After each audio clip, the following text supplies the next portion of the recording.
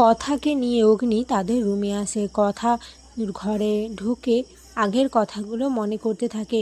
যখন কথা মা হবে সবাই জানতে পেরেছিল, কিভাবে সবাই সেলিব্রেট করেছিল, সে সমস্ত কিছু মনে করতে থাকে। অগ্নি কথার মনের অবস্থা বুঝতে পারে।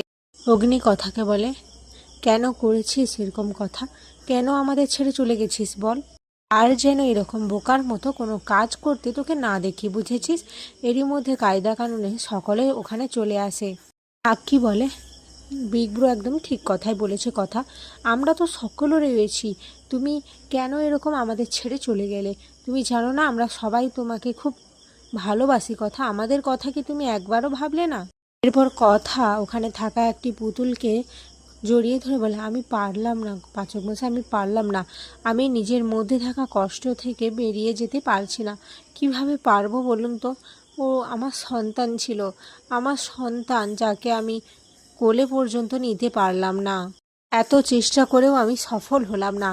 অগ্নি বলে, আচ্ছা কথা তুই আমাকে আগে কেন বলিসনি বলতো যে তোর প্রেগনেন্সিতে কমপ্লিকেটেড ছিল? আমার তো ওই ডাক্তারটাকে দেখেই ভালো লাগেনি।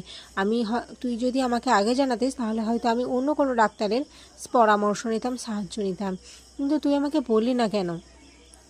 প্র্যাটি বলে, হ্যাঁ একদম ঠিক কথাই বলেছিস বিগ ব্রো। আমারও না ডাক্তারকে কেমন একটা লেগেছে। তুই দেখলি না যখন আমাদের ওই বাচ্চা আর মৃত বলে খবরটা দিল, কেমন যেন একটা ভয় ভয় ভীত ছিল। আকি বলে, এক্স্যাক্টলি, আমিও কিন্তু এটা খেয়াল করেছি, কিন্তু তখন আর আমরা অত বেশি প্রায়োরিটি দেইনি, কিন্তু আমাদের মনে হচ্ছে কিছু একটা গন্ডগোল রয়েছে। অগ্নি বলে, আচ্ছা কথা, তোকে যখন অপারেশন থিয়েটারে নিয়ে যায় তোকে মানে ওখানে তো নিশ্চয়ই ফ্যামিলির লোকদের সাইন দরকার, কিন্তু উনি তো সে সমস্ত কিছু আমাদের করাননি।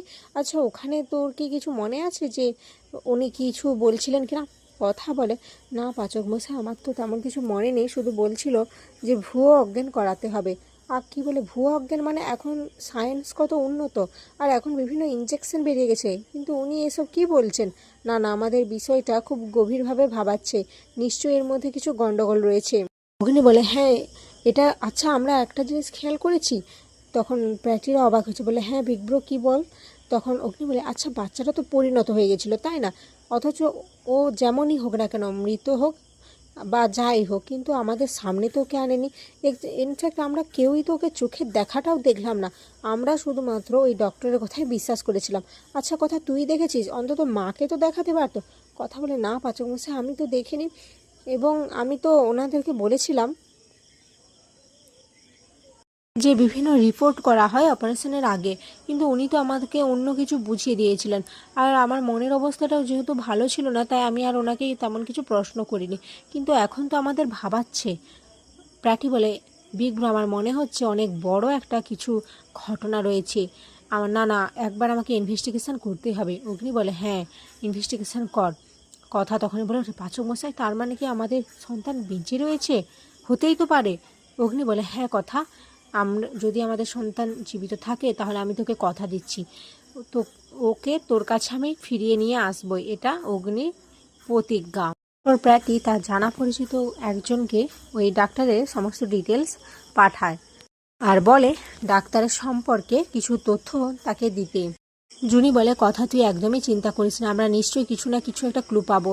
আমরা ঠিক কিডোকে খুঁজে নিয়ে আসবো। দেখেছিস তো, মা আনন্দী আমাদের ঠিক কিন্তু একটা ক্লু দিয়ে দিয়েছে।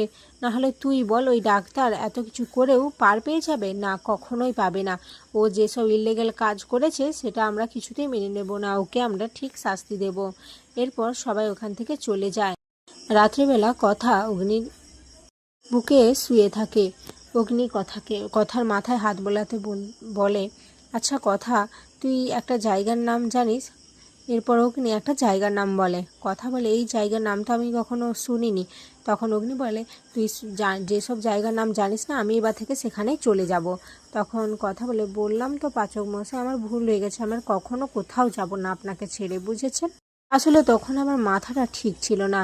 অগ্নি বলে, এটা যেন মনে থাকে কথা, আমি যে তোকে ছাড়া অসম্পূর্ণ। তুই তো আমাকে বাঁচতে শিখিয়েছিস আবার নতুনভাবে, তুই তো আমাকে চিনিয়েছিস আবার নিজেকে নতুনভাবে, তাহলে এই মাঝপথে তুই আমাকে কিভাবে ছেড়ে চলে যেতে পারিস বলতো? হ্যাঁ, আমরা দুজনেই স্বপ্ন দেখেছিলাম কিডোকে নিয়ে, কিন্তু এখন তো আমাদের এখনও একটা চান্স রয়েছে, সুযোগ রয়েছে কি তাই না? আমরা আমাদের কিডোকে ঠিকই খুঁজে বের করব কথা।